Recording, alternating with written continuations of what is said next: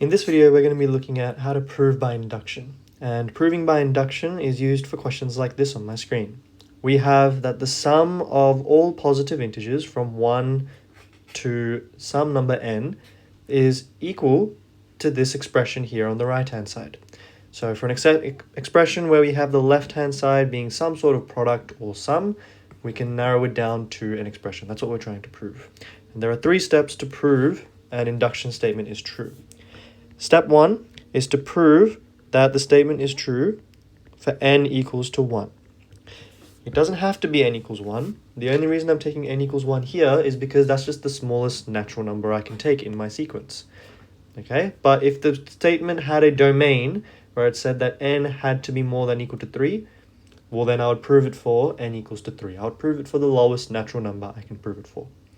So let's check if this statement is true for n equals 1. Well, n equals 1 means that on the left-hand side, we would simply take what is our first term. Well, our first term here is just 1. So I can say that the left-hand side is simply 1. Now on the right-hand side, I can say that if I were to input 1 into here, well, that would simply be the same as 1 times 1 plus 1 divided by 2. And that is the same as 1 times 2 divided by 2, which is simply just equal to 1, because the 2's and the 2's cancel. So you can clearly see that the right-hand side equals to 1, and the left-hand side equals to 1.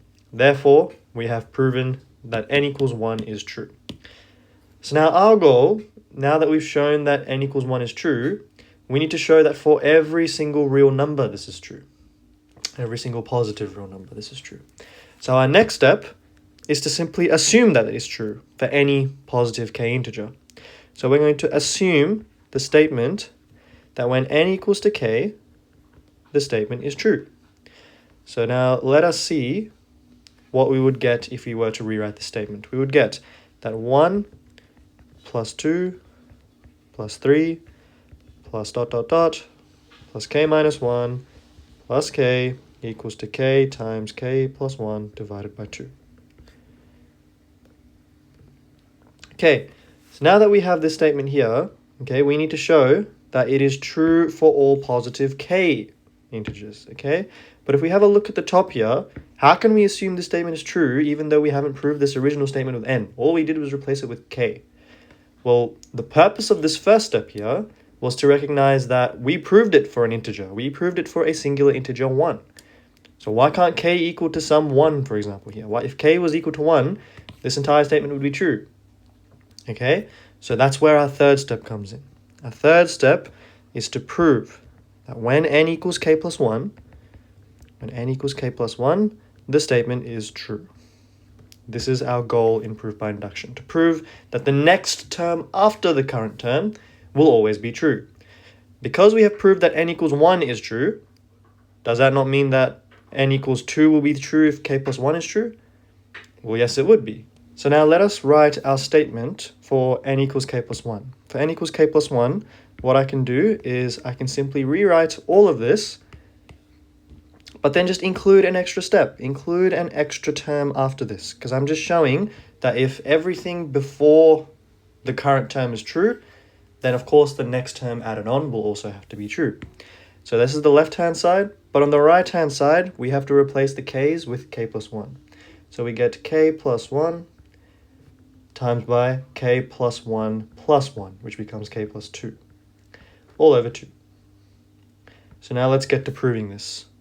To prove this statement, we start with the left-hand side. In any proof you do, generally start with the more complicated side, and that will eventually simplify down to something very nice and simple, like the right-hand side. So the left-hand side of this expression is just all of this. Now, I want you to recall why we did this step here, why we did step 2. You can recognize that the left-hand side of step 2, we assumed it to be true. We assumed this entire expression to be true. So we can replace this entire expression on our left-hand side with this expression here. So now let us actually replace all of this expression with the right-hand side of step 2. We can say that k times k plus 1 all over 2 plus k plus 1, okay, is what our new expression will be, because we replaced all of this with the expression on the right-hand side in step 2. So now let's continue with just simplifying this expression and trying to get it to look like the right-hand side of step 3. So when we're trying to simplify this expression, we can simply make this a fraction with a denominator of 2. So we have k times k plus 1 all over 2 plus 2 times k plus 1 all over 2.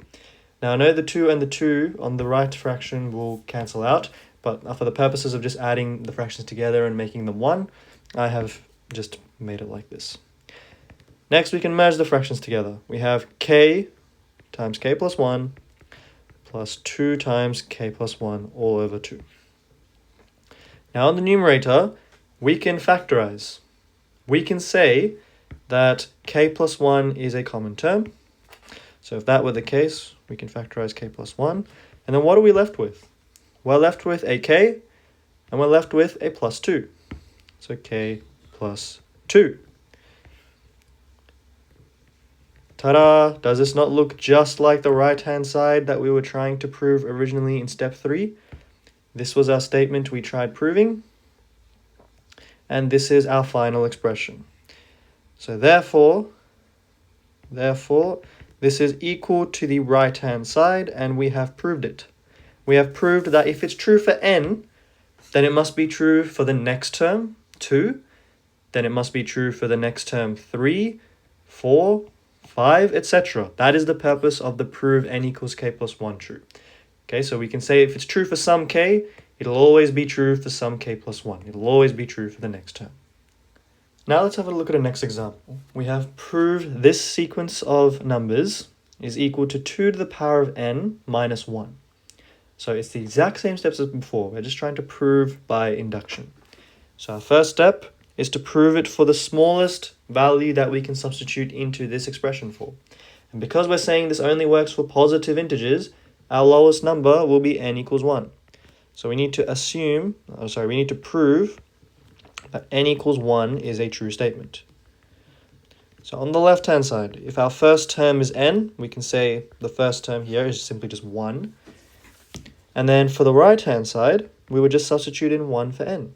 So on the right-hand side, we get 2 to the power of 1 minus 1, which is the same as 2 minus 1, which is the same as 1. Therefore, left-hand side is the same as right-hand side. We have just proved that the equation is correct for n equals 1. Our next step, is to then assume it's true for some value k. Because if we can prove it's true for some value k, such as 1, then it's going to be true for the next term. That's our goal here. We're trying to prove it's true for the next term. So we're going to assume n equals k is true. So all I'm going to do is I'm going to replace this entire expression. I'm going to replace everything with n with a k. So here it'll be k, and here it'll be k as well. Okay, so I've rewritten my entire question with k instead. So now we've assumed it's true for some value k. Let us prove it's true for the next term, k plus 1. Okay, so same step here. I'm going to rewrite my entire question. This time I'm just going to add an extra term to say it's the next term onwards. So 2 to the power of k plus 1, take away 1, is the same as 2 to the power of k plus 1 minus 1 like this, because that is our right-hand side of the equation. And if you notice over here, k plus 1 minus 1 is simply 2 to the power of k. So this is our provement. This is the statement we are trying to prove currently. So let us do it. First thing we do is we focus on the left-hand side of this equation, because that is the only thing that we really care about so far. So now that we have this, look at the second statement. In the second statement over here at the top, we can see that this entire expression is the same as this entire expression. And we can see that all of this, everything inside of the box that I have highlighted on my screen, is the same as 2 to the power of k minus 1. So that's what I'm going to replace this second box down here with. I'm just going to replace it with 2 to the power of k minus away 1. And then I'm also going to include plus 2 to the power of k because we have an extra term left on the left-hand side. Now what I can do is I can factorize out 2 to the power of k. I can say I have 2 times 2 to the power of k and minus 1. And if you continue here, you can recognize that 2 is really the same as 2 to the power of 1. And 2 to the power of 1 times 2 to the power of k is the same as 2 to the power of k plus 1. This is your index laws. The index law that states that a to the power of m times a to the power of n is the same as a to the power of m plus n. So now continuing, we can say 2 to the power of k plus 1 minus 1. Isn't that literally what we were trying to prove at the top here? We were trying to prove this statement already. So therefore, this is the same as the right-hand side, and we have proved this statement as true for all values of k and the values after k. And the next statement we're going to prove is this one here. Prove that 7 to the power of n plus 2 is divisible by 3 for all positive integers. Now this doesn't look like a series of some sort, but it still can be proven using proof by induction. And the same 3 steps will still apply for all proof by induction questions. The first step is to first prove that this statement is true for when n equals 1. So let's prove that it's true for n equals 1. So if we do 7 to the power of 1 plus 2, that is simply the same as 7 plus 2, which is 9. And we can rewrite 9 as some 3 times 3. So here we have shown that it's divisible by 3. Okay, so therefore it is true for n equals 1. Now let us assume it's true for n equals k. Okay, so assume true for n equals k. So when we do this, we would simply say that 7 to the power of k plus 2 is the same as some 3m, where both k and m are real integers. And the reason positive integers. The reason we're saying that it's equal to 3m is if we can successfully write this entire expression as 3 times something, well, we've just shown that it's divisible by 3. So because of this 3 here, we can show that all of the left-hand side is a factor of some expression where you can times it by 3. And continuing on, last step, prove that n equals k plus 1 is true. This is the hardest step, but it is the only way we can prove by induction. So all we do here is 7 to the power of k plus 1 plus 2 is written as some 3m. Okay, this is our goal here. So how are we going to do this? Well, obviously we start with the left-hand side. So the left-hand side equals 7 to the power of k plus 1 plus 2. Now we can use our index laws here. We can say that 7 to the power of k plus 1 is the same as 7 to the power of k times 7 to the power of 1 plus 2. And now that I've written it like this, I can rewrite this entire expression as just 7 times 7 to the power of k plus 2. Continuing on, okay, if we have 7 to the power of k times by 7, I can split this up and say 6 times 7 to the power of k plus 7 to the power of k plus 2. Because if I have 7 to the power of k's, and I add another 7 to the power of k's, I get 7 to the power of k's.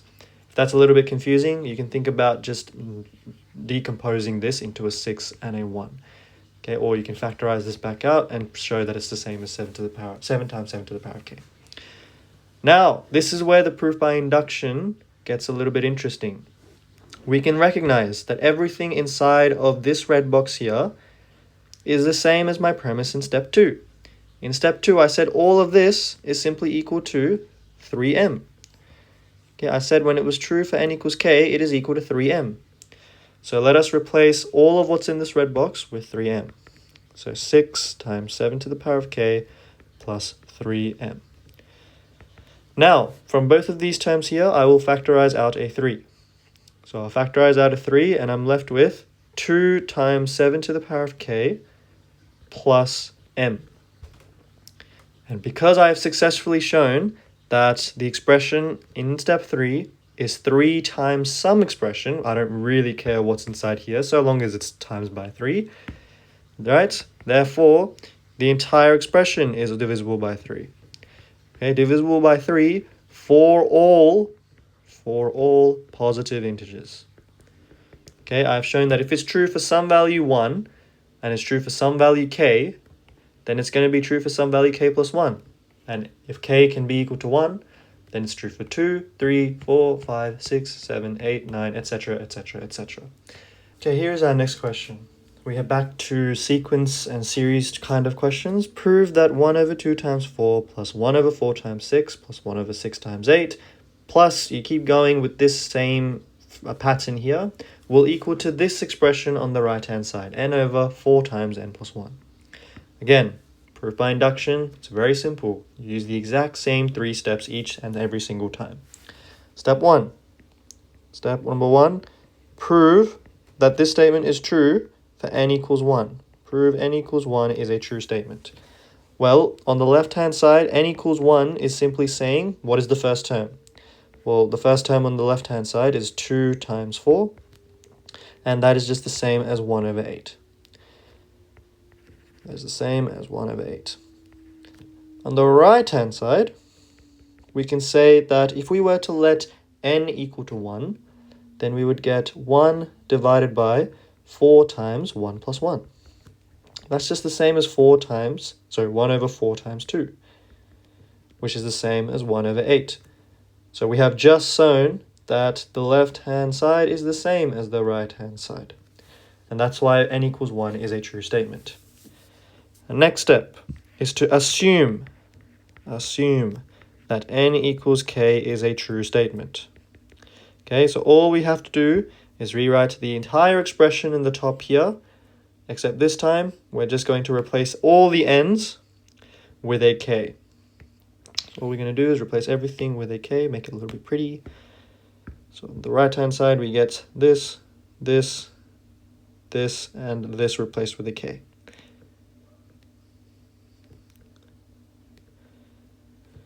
Okay, and we say that it's true for all k, e, z plus, for all positive integers. And our last step is we need to now prove that this statement is true for when n equals k plus 1. Okay, when we replace it with a next term. So I'm just going to copy this entire expression here. I'm just going to add another term onto the end. So zooming in here, I'm going to add another term onto this. So this would be plus 1 divided by 2 times k plus 1 times by, in this case, we're going to add 2k plus 1 here. So it's 2 times k plus 1 plus 2, which is the same as 2k plus 2 plus 2, which is the same as 2k plus, you guessed it, 4. So 2k plus 4. Okay, and on the right-hand side over here, we're going to replace the k with k plus 1 as well. So we have k plus 1 on the top, and on the bottom we have k plus 2. So this is our statement we're trying to prove now. Okay, so on the left-hand side of this expression, we have all of this disgusting madness is what's on the left-hand side. So let us simply just write it back down again. And what you can see, what I hopefully hope you can recognize after doing a few problems like this already, is everything inside the red box is the same as everything in step 2. Okay, and everything that was in step 2 was simply equal to k divided by 4k plus 1. So let us replace it like such. We can say k divided by 4 times k plus 1 plus everything else that's left over, so we can add this entire term as well. Okay, and our goal here is to just simplify everything that we have here. So the first order of business is to make these fractions have the same denominator. And before I go any further, to make our life easy, I can recognize the denominator here can actually be factorized a little bit more. We can take a look at this term here, 2k plus 4, and we can actually factorize out at 2, and we're left with k plus 2. So if we factorize out at 2, and then we already have another 2 on the outside, we get 4 times k plus 1 times k plus 2. Okay, so I'm simply just going to rewrite it as such, just to make my life a little bit simple. Okay, so now that we have this, to merge these two fractions together, we need them to have the same denominator. This fraction, I'm going to times both the numerator and the denominator by k plus 2. So k times k plus 2 divided by 4 times k plus 1 times k plus 2. Okay, and to merge the fractions, I'm just going to do plus 1 as well because I've already got everything down. So this is our fraction. Let's keep going. We can keep factorizing this out. We can say that this is the same as k squared plus 2k plus 1 all over the denominator. And if you're unsure of how to factorize the numerator, I suggest you do a bit more practice with quadratics, but it's actually a perfect square. We can say that the numerator is the exact same thing as k plus 1 whole squared. So k plus 1 whole squared divided by the denominator, like such. And we can cancel out one of the k plus 1s. We can cancel out a k plus 1 with a k plus 1 on the denominator. So all we're left with is one set of k plus 1s on the top, divided by 4 times k plus 2. Is this or is this not the same as what was on the right-hand side of step 2? Sorry, in the step 3. Yes, it is the same. Because these two statements are the exact same, we have just proved, therefore, that because the LHS is equal to the RHS, the right-hand side is equal to the left-hand side, the statement is therefore true.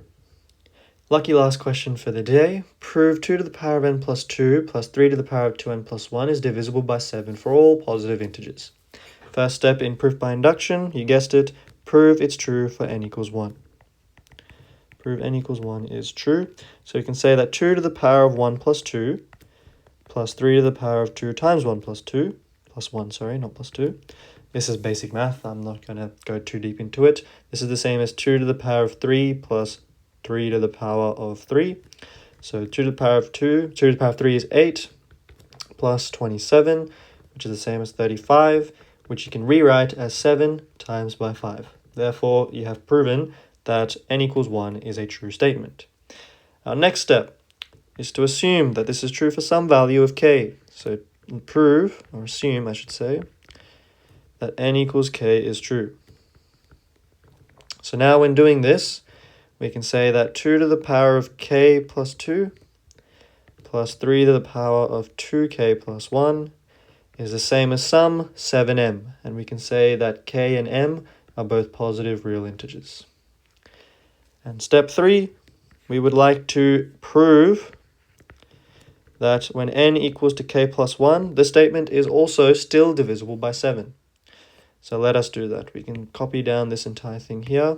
We can replace the k here with a k plus 1, in which case this becomes k plus 3. And for the 3 to the power of 2k plus 1, we can replace that with 3 to the power of 2 times k plus 1 plus 1. Okay, and if we were to simplify this even more, this should become 2 to the power of k, 2k, plus 2 plus 1, so 2 to the power of 2k plus 3. And all of that is still equal to 7m, because we're saying it's still divisible by 7. So now let's have a look what we do. We can say, start with the left-hand side, okay, and our left-hand side is simply just equal to all of this. And the trick we use here is we need to somehow make a 7 appear in these cases. We need there to somehow be a 7. So the first thing I can recognize to do is split it up like this. 2 times 2 to the power of k plus 2 plus 3 times 3 to the power of 2k plus 1. And it should be 3 squared, apologies. And the reason I've done this is because I think to have some sort of expression from step 2. I want there to look something like this in my expression. So now let's see what I can keep going. I can do this and say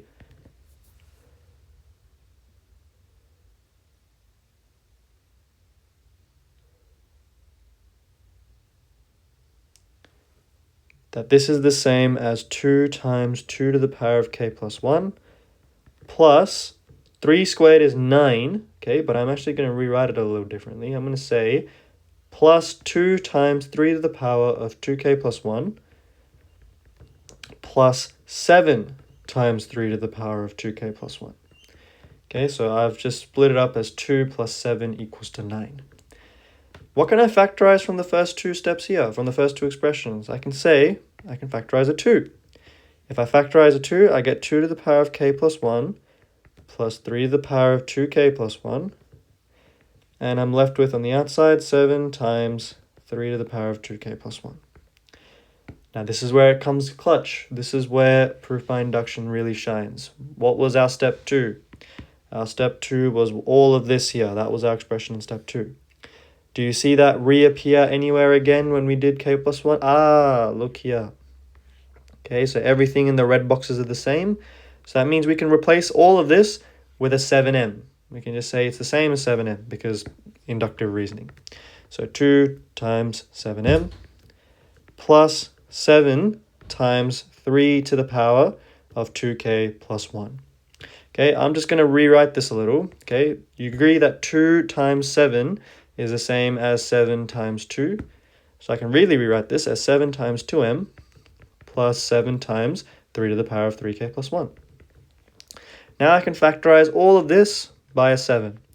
So 7 times 2m plus 3 to the power of 3k plus 1. I meant to say 2k. I don't know where it became 3k. So 2k plus 1. Okay, I don't really care about what the hell any of this is inside the brackets. But hey, I got a 7 times something. Okay, this is the same. It's in the same form as 7m. Okay, so therefore, this is divisible by 7 for all positive real integers. Okay, and that is how proof by induction works for any type of question that you've come across in this video.